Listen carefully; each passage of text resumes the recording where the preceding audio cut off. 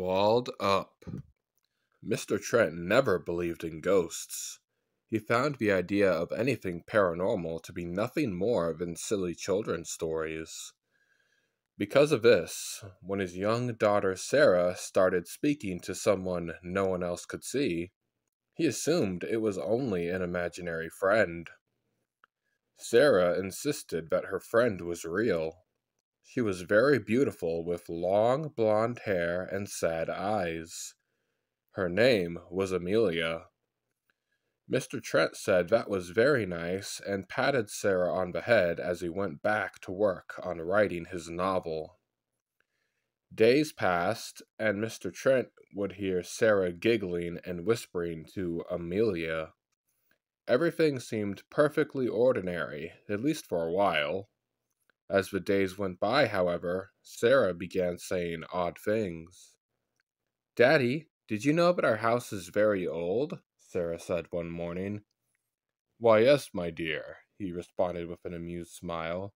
"Did your mother tell you that?" "No, Daddy, Amelia did." Mr. Trent tried to recall if he had ever mentioned the age of a family home to Sarah before. He couldn't remember, but he was sure that he must have. "Did you also know that there was an extra room? It's gone now." Mr. Trent frowned. That was a very odd thing for a child to say. But before he could further inquire, Sarah had run off giggling. Though Sarah's strange words confused Mr. Trent, he still had an awful lot of work left to do and couldn't focus on it just now. So he got back to writing. Night fell, and Mr. Trent thought about what Sarah had said earlier. Of course, he didn't believe it was anything other than a little girl's colorful imagination, but he had to admit it was odd, if not unsettling. That night, Mr. Trent had terrible dreams. He was in pitch darkness. It was so dark he couldn't even see his hands before his face. But what was worse were the noises. A horrible scratching sound. Scratch, scratch, scratch.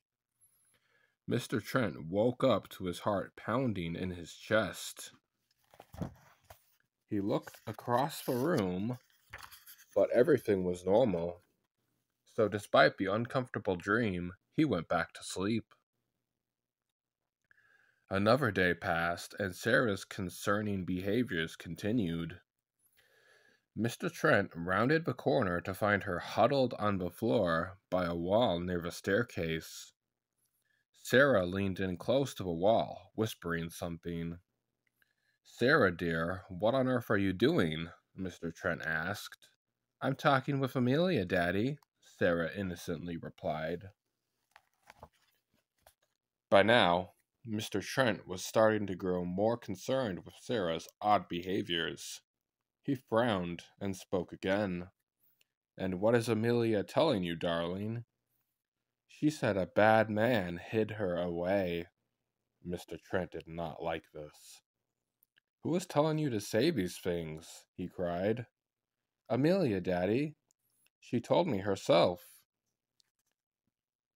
Sarah insisted she was telling the truth, but Mr. Trent still refused to believe it.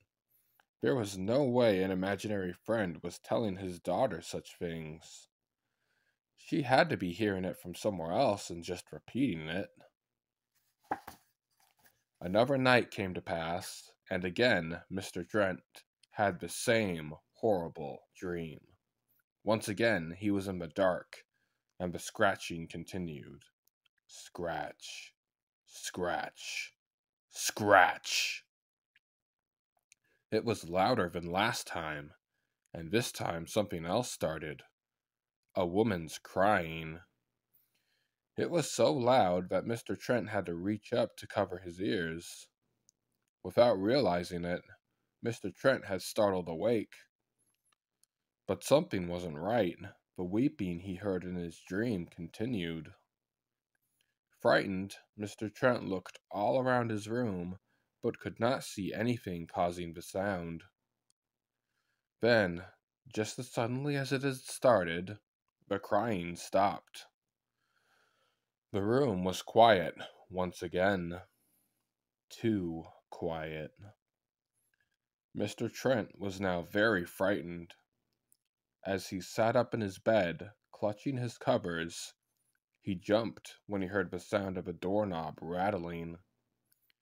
He looked up and saw the door to his bedroom slowly opening, all on its own.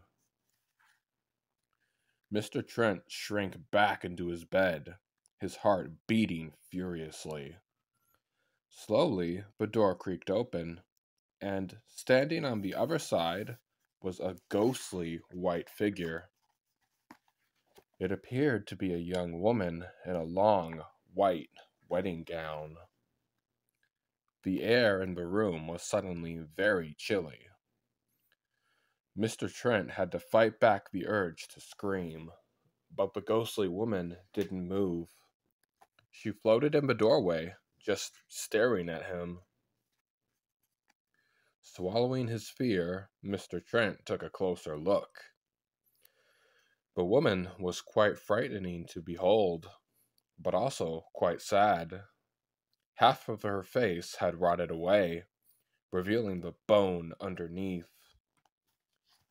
In her exposed eye socket, there was a ghostly blue light glowing faintly within. But on the other half of her face, she appeared very beautiful and very sad. Tears streamed down her cheek, and something in the way she looked at Mr. Trent seemed to plead for help. Before Mr. Trent could work up the courage to say anything, the phantom drifted backwards and away into the darkness. Quickly, Mr. Trent jumped up out of bed and ran after her.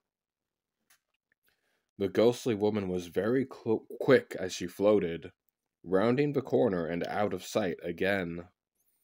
Mr. Trent only just managed to catch another glimpse of her before she vanished again. She disappeared into the wall where Sarah had been seated the other day. The following morning, Mr. Trent pulled out some tools and began to knock down the wall. As the pieces fell down, they revealed something frightening within. Just as Sarah had said, there was another hidden room. It was small and seemed to have been intentionally hidden away. Mr. Trent lifted a flashlight to get a better look inside.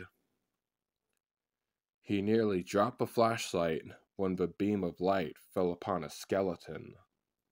Resting inside the little room was the skeleton of a woman dressed in a white wedding gown.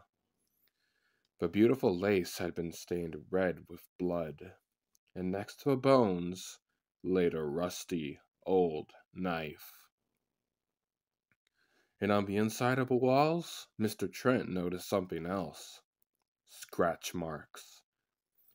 All throughout the little room were trails and trails of scratch marks, as if someone had been desperately trying to escape.